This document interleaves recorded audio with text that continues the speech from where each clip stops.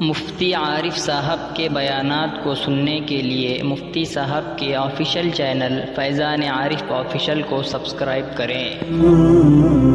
افسوس ہے کہ شکل یہ بنتی ہے، بیمار ہو گئے تو ادھر دواخانے میں جاتے ہیں، دو چار اگر وہاں پر ہم نے تحقیقات کر لی، جانچ کر لی، کہتے ہیں شوگر بھی نہیں ہے، بی پی بھی نہیں ہے، اور ہم کو کوئی ایسی بات نہیں، مگر وہی کیفیت اندر سے بے چینی کی ہے۔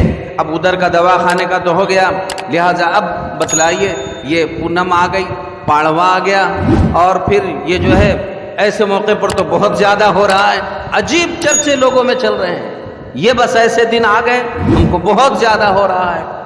ارے معلوم نہیں، اتنے خود ہی اتنے خراب بن گئے ہیں، اب پونم پاڑوا کیا لگتی، یہ خود دوسروں کو لگنے کے قابل بنا ہوا ہے۔ اپنے اعمال اتنے برے ہیں کہ کبھی اس کی فکر تو نہیں ہوئی، اور پھر یہی کہتے ہیں۔ کئی لوگ آ کر یہ کہتے ہیں مل صاحب جو ہے بہت زیادہ بے چینی بڑھ رہی ہے، میں تو دو سوال ضرور پوچھتا ہوں، آپ فجر اور عشاء کی نماز پڑھتے ہیں؟ تو یہی بات جواب میں آتی ہے کہ مل صاحب باقی سب ہوتا ہے، یہ دو نمازیں نہیں ہوتی ہے، فجر کی نماز اور عشاء کی نماز۔ ان کو یہی دو باتیں، عام طور پر دو باتیں لے کر لوگ آتے ہیں، ایک تو یہ ہے کہ روزی روٹی برابر نہیں چل رہی ہے، طبیعت بہت زیادہ خراب ہے، کچھ تو ہوا، کسی نے کچھ نہ کچھ کیا۔ تو میں نے کئی لوگوں کو یہ جواب دیا کہ آپ پر نہ جن لگا ہے، نہ شیطان لگا ہے، نہ بھوت لگا ہے، نہ آپ کے گھر میں کوئی اثرات ہے، اور آپ اس کے چکر میں پڑ کر اپنے پیسوں کو بھی برباد نہ کریں اور خود بھی برباد نہ ہو۔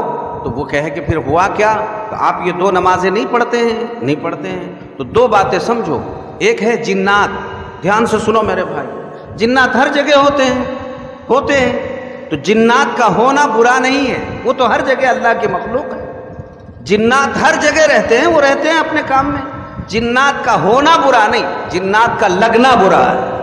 بولو، جنات کا ہونا برا نہیں، وہ تو ہر جگہ ہوتے ہیں، ہونا برا نہیں، جنات کا لگنا برا ہے۔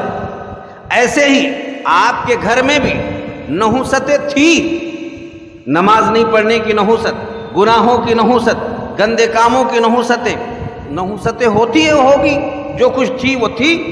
تو گناہوں کا، نحوستوں کا ہونا اتنا برا نہیں جو اب تک آپ کے گھر میں ارد گرد میں پڑی ہوئی تھی، مثلاً بے نمازی پن کی نحوست آپ کے گھر میں پڑی ہوئی تھی، وہ اتنی بری نہیں تھی، لیکن ایک وقت آیا کہ آپ نے اتنا ہی بے نمازی بنتے گئے کہ اب تک وہ گھر میں پڑی ہوئی تھی، اب وہ نحوستیں آپ کو لگنا شروع ہو گئی۔ تو اب آپ خود فیصلہ کرو، اپنے آپ کو آپ خود لگ گئے، اس کو کسی کی تعویذ پلیتے دور کرنے والے نہیں، اب آپ بھی کو اس کو دور کرنا پڑے گا۔ کیا کریں؟ آپ جتنے بگڑے تھے اپنے آپ کو سدھارنا شروع کرو، خود آپ کا علاج شروع ہو جائے گا۔ جو نمازیں نہیں پڑھتے تھے آپ کو نمازیں پڑھنے پر آ جاؤ اور عمل کر کے دیکھو اللہ نے اس میں کتنی قوت، کتنی تاثیر، کتنی طاقت رکھی۔ ادھر خود تو یہ کہنے کو تیار نہیں، مل صاحب جہاں نماز تو خانہ میں پھر بھی یہی رٹ بہت دنوں سے چل رہا تھا۔ ارے بھائی اب علاج بتایا گیا کرو، مگر پھر بھی ایک آدھی تعویذ وغیرہ کچھ تو مل جائے، تو پھر لاؤ 5000 روپے۔ ایسا کر کے کتنوں کے گھر برباد ہو گئے، ضائع ہو گئے، وہاں تو انتظار میں ہی رہتے ہیں کہ کتنے ہی لوگ آتے رہیں اور یہ تباہ برباد ہوتے رہیں۔